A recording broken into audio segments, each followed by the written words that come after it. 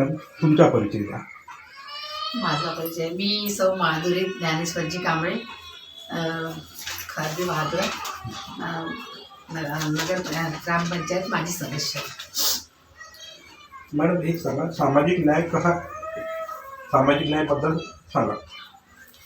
सामाजिक न्याय म्हटलं तर सर्वांना समसमानप्रमाणे हे करणे.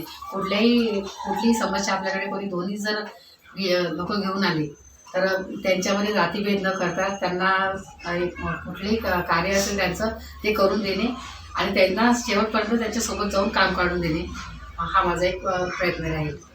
कुठेही भेदभाव न करता काम करून द्यायचं त्यांचं. समाजसेवा कशी केली पाहिजे? तर समाजसेवा म्हटलं तर जर आपल्याकडे एखादा व्यक्ती आला, कुठे काही घरगुती प्रॉब्लेम असला त्याचा आणि ती आपल्यापर्यंत आली की चला आपण एक नगरसेवक आहोत आणि ते जर आपल्यापर्यंत काही मागत आहे, कुठली डिमांड ठेवत आहे किंवा त्यांना काही खूप महत्त्वाची गरज असेल तर नसेल होतं की त्याच्यासोबत जाऊन त्यांना तिथपर्यंत नेणे, त्यांच्या पाठिंबा राहणे हे करेल. सामाजिक जागरूकता कशी करायला पाहिजे याबद्दल तुमचे मत काय आहे? सामाजिक जागरूकता सर, कुठे जर काही होत असेल, कुठल्याही विषयावर जर काही कोणाचा वादविवाद असला, काही असलं आणि जर मला बोलवलं तर माझं काम राहील की त्यांच्यासोबत जाऊन त्यांना सपोर्ट करणे, बोलणे. मॅडम एक सांगा, पुरुष, महिला, युवा आणि युवा पिढी यांची जनहित कशा पद्धतीने सॉल्व करा? पुरुष महिला म्हटलं तर एखादा गरीब व्यक्ती असते, कुठल्याही विभागामध्ये जर कुठे सर्व्हिससाठी त्यांची परिस्थिती जर नाजूक असेल तर त्यांना काही जागा मिळवून देणे, जॉब मिळवून देणे. कुठेतरी सरकारीमध्ये जर कुठे जागा निघाल्या मला माहीत झालं तर त्यांच्यापर्यंत पोहोचवणे, त्यांना सहकार्य करणे, त्यांचा परिवाराचा उदरनिर्वाह चालण्यासाठी ते नेहमी अपेक्षित असतात. माझ्यापर्यंत त्यांच्यापर्यंत जाऊन त्यांचे काम करून देणे ही माझी समस्या आहे. सरकारने जर कुठलीही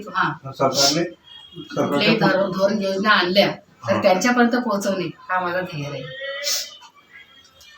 मॅडम एक सांगा, तुम्ही नगरपंचायत चुनावमध्ये उमेदवार रिंगणात आहात. अगर निवडून आले तर सर्वप्रथम कोणत्या तुम्ही योजना आणाल? सर, एक तर म्हणजे असा रोजगार ते होईलच, पण जसं नाली महत्त्वाचं म्हणजे गटर लाईन खूप महत्त्वाची झाली आहे. गटर लाईन आणि शुअर लाईन ह्या दोन्ही नाही आहेत, तर ते करणं खूप महत्त्वाचं राहील मला. त्यानंतर आमच्या एरिया म्हणजे पूर्ण आपल्या विभागामध्ये, इकडच्या नगरपंचायतच्या पूर्ण विभागामध्ये कचरा गाड्या नाही आहे. कचरा जमा राहतो. कचरा गाडी एक येते हप्त्यातनं, तर त्यासाठी गाड्या मागवणे, शववाहिनी हे खूप महत्त्वाचं राहील.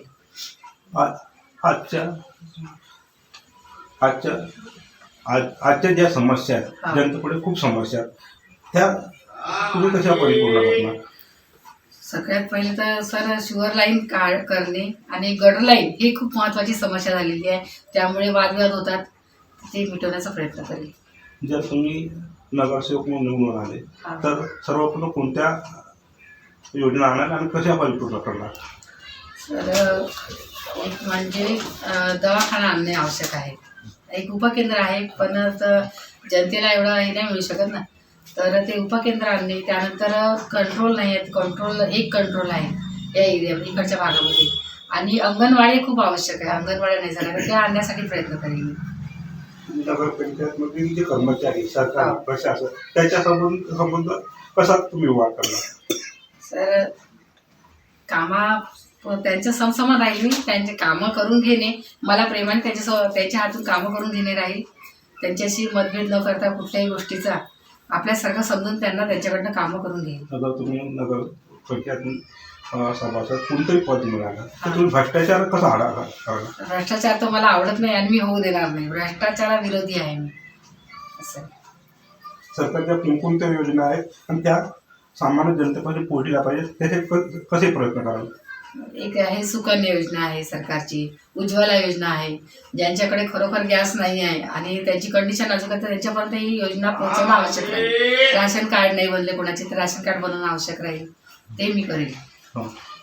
मॅडम तुमचं नाव सांगा. हा ना, माधुरीताई कांबळे यांच्याबद्दल सांगा. माझं नाव ज्योष्ना अविनाश रामटेक आहे. मी प्रभाग 7मध्ये राहत आहे आणि मागील 10 वर्षापासून मी भाजपचं काम करत आहे. मला असं वाटते की माधुरीताईला तिकीट मिळाली पाहिजे होती, पण सदैवाने त्यांना मिळाली नाही. तर ते अपक्ष उमेदवार उभे आहेत, तर त्यांना आम्ही सपोर्ट करू आणि त्यांना निवडून आणू. तुमच्या या वार्डातल्या समस्या माधुरीताई सॉल्व्ह करते. माधुरीताईने आतापर्यंत आमचे जे काही समस्या आहेत ते आतापर्यंत वार्ड नंबर 7, आधी माझा वार्ड नंबर 4 होता, आता प्रभाग नंबर 7 झालेला आहे. तर त्यांनी वेळोवेळी आम्हाला साथ दिलेली आहे वार्डामध्ये. ताई तुमचं नाव मी सांगा. शिल्पाताई लोकेश मिटे. माधुरीताईचा आम्ही त्यांना पूर्ण सपोर्ट करतो, कारण त्या रात्री बेरात्री कुणासाठीही धावून जातात आणि त्यांच्या व्यतिरिक्त आमच्या प्रभागामध्ये कोणीही धावून येत नाही. हे एक आमची आहे, म्हणून आम्ही ताईचा पूर्ण सपोर्ट करतो. येत्या 2 तारखेला माधुरीताईला प्रचंड बहुमताने विजय करा. हो हो. ताई तुमचं नाव. मी प्रतीक्षा ज्ञानेश्वर कांबळे, मी यांची मुलगी आहे. माझ्या मम्मीचं काम हेच ठरलं आहे की ते सर्वांची समस्या सोडवतात आणि जनतेसाठी खूप चांगलं आहे, काम करते, म्हणजे भ्रष्टाचार न करणे. नमस्कार, मी उमेश कळमणे. मी वार्ड क्रमांक 2मध्ये आतापर्यंत होतो. आता आमचा वार्ड क्रमांक 7 झालेला आहे. आता या निवडणुकीमध्ये सौ माधुरीताई ज्ञानेश्वरजी कांबळे हे उभे झालेले आहे. यांनी आजपर्यंत BJPमध्ये भारतीय जनता पक्षामध्ये राहून अनेक विकास कामे केलेली आहे, चांगले कामे केलेली आहे. त्यांना जनतेचा भरपूर सपोर्ट आहे. ते कुणाच्याही कामामध्ये कोणी पण आलं तर भेदभाव न करता त्यांच्या मदतीला धावून जातात. सर्व प्रकारचे त्यांचे समस्या निवारण करतात. म्हणून आमच्या संपूर्ण आमच्या जनतेचा सपोर्ट माधुरीताई कांबळे यांना राहील. येत्या 2 तारखेला माधुरीताईला प्रचंड येत्या 2 तारखेला आम्ही तर माधुरीताई कांबळे यांनाच वोट देऊ आणि जनतेलाही आवाहन करू की त्यांनाच प्रचंड बहुमताने विजयी करावे.